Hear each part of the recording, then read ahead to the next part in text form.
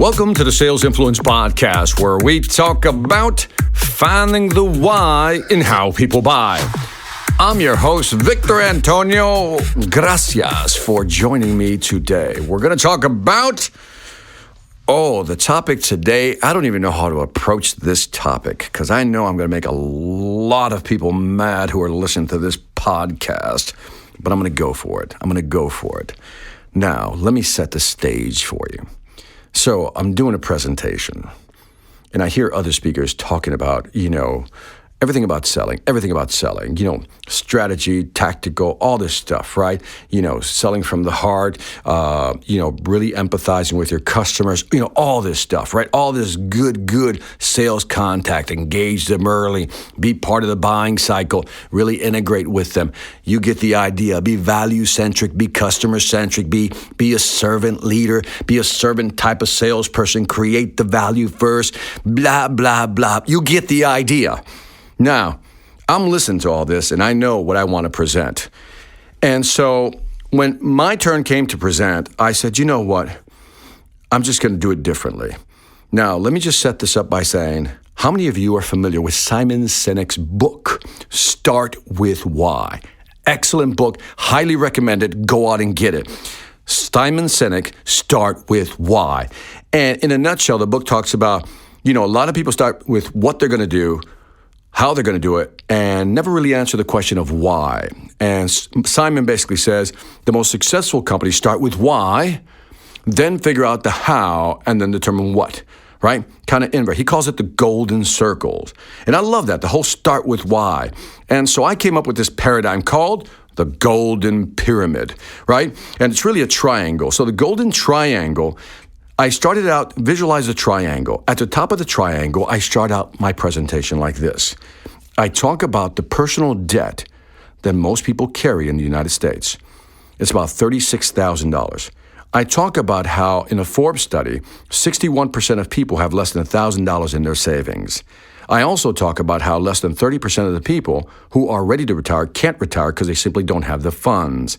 I talk about the average credit card debt being somewhere between $16,000 and $19,000. I talk about the average home mortgage debt being about $183,000. I talk about the average student debt in terms of loans they took out for college being about $50,000. I talk about how healthcare is going up, housing's going up, and just even college continues to go up. All these prices. So I highlight all these numbers, and in the middle of my pyramid, my triangle, I put the word why. And I begin my presentation like this. I said, today I'm here because I want to talk. I want to define our why. As salespeople, I need to define our why. And I put the word why right in the middle of the triangle, and I said, I'm going to talk about money. That's right, I'm going to talk about money. And as soon as I said I'm going to talk about the M word, money, I can feel some of the audience just pulling back. It's almost like it's wrong to talk about money, Victor. It's wrong to talk about money.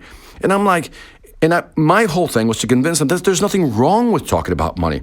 See, look, too often we talk about, I'll just say the left side of the ledger. The left side of the ledger is what we're going to do for our customer. You know what, Victor? I want to help my customers grow. That's my purpose. That's my vision. That's what I do. As a salesperson, it's all about how I can serve my customer base. It gives me meaning. It gives me purpose. I'm passionate, Victor, about helping my clients succeed. It fills me with joy, and it fills me with gratitude. And I get that. I get that on the left-hand side of the ledger, but nobody wants to talk or admit what's on the right-hand side. It's almost like the elephant in the room. And the other side of the ledger is, well, what does that do for me as a salesperson? Because here's the reality. Listen carefully. Try this. I want you to try it today. See if this works for you. I want you, or at least after you close a big deal. Let's say you close a big deal and you feel good about yourself. Right? You've helped your customers. You're filled with joy and gratitude. You're filled with joy and gratitude because you were a servant salesperson. You're filled with gratitude. What I then want you to do, as you're feeling that, I want you to drive down to the bank.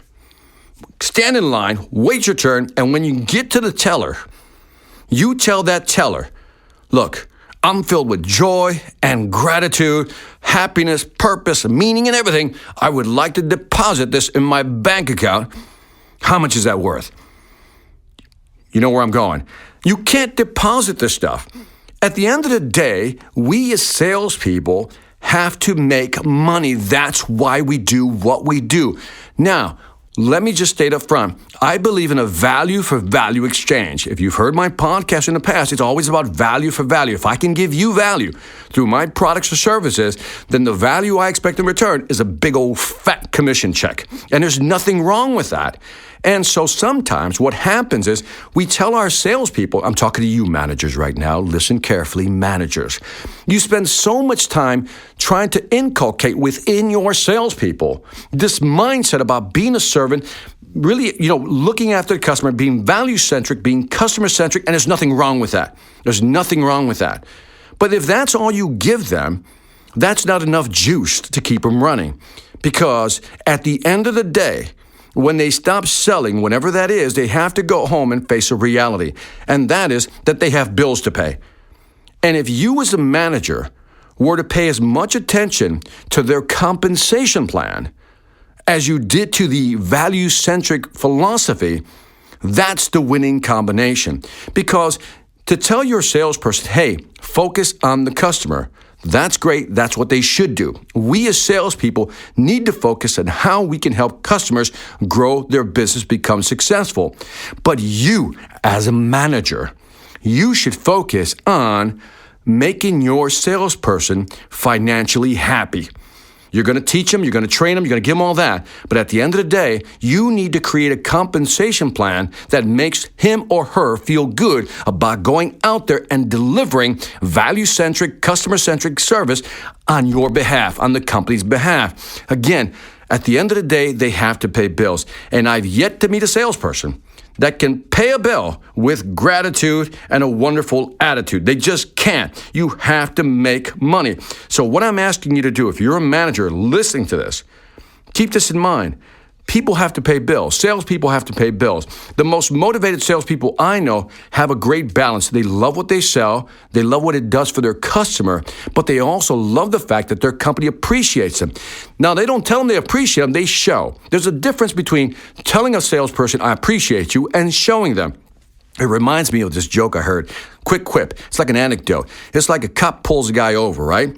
Cop comes over and the guy missed. Look, I was speeding, Mr. Policeman. I said, is there any way, I know I was doing, I just wasn't paying attention, wasn't focused. And he says to the officer, I would appreciate it if you would just let this one go. And the officer, and it's only a joke, holds out his hands and says, why don't you show me your appreciation? See, now again, I'm not disparaging police officers. That's just a joke, okay? But that analogy is fascinating. You can tell people, I appreciate you, I appreciate you. But with salespeople, again, that only goes so far. Show them the appreciation. How? By also spending an equal amount of time, as you do with your customers, satisfying them. Why don't you spend an equal amount of time creating a compensation plan that, guess what, that they can live with, that will excite them, motivate them to sell more on your behalf. And if you can do that, you'll have motivated salespeople who will be motivated to sell and help customers. And there you'll have the win-win. You as a manager, you as a company will benefit on both sides. And that is it for this Sales Influence podcast. I wanted to talk about money, but again, let's be clear. You have to offer value to your clients. You have to treat them well. You have to be customer-centric. But you as a manager, you have to be salesperson-centric. Take care of your salespeople, and they will take care of your customers, and your customers will take care of your company. And that is how it works. And that is it for this Sales Influence podcast. Don't forget to leave me some feedback on iTunes, Stitcher, or YouTube. Let me know if this was too harsh, too blunt. Just let me know what you think. Also, check out my online sales training platform, the Sales Velocity Academy. Courses added every month. The platform is growing. If you want to grow your sales, get on the platform. Go to salesvelocityacademy.com. Lastly, I want to thank you for listening. This is Victor Antonio, always reminding you. Let's wait for the drop. Here it comes. Love the build-up. Selling ain't hard when you know how. Take care.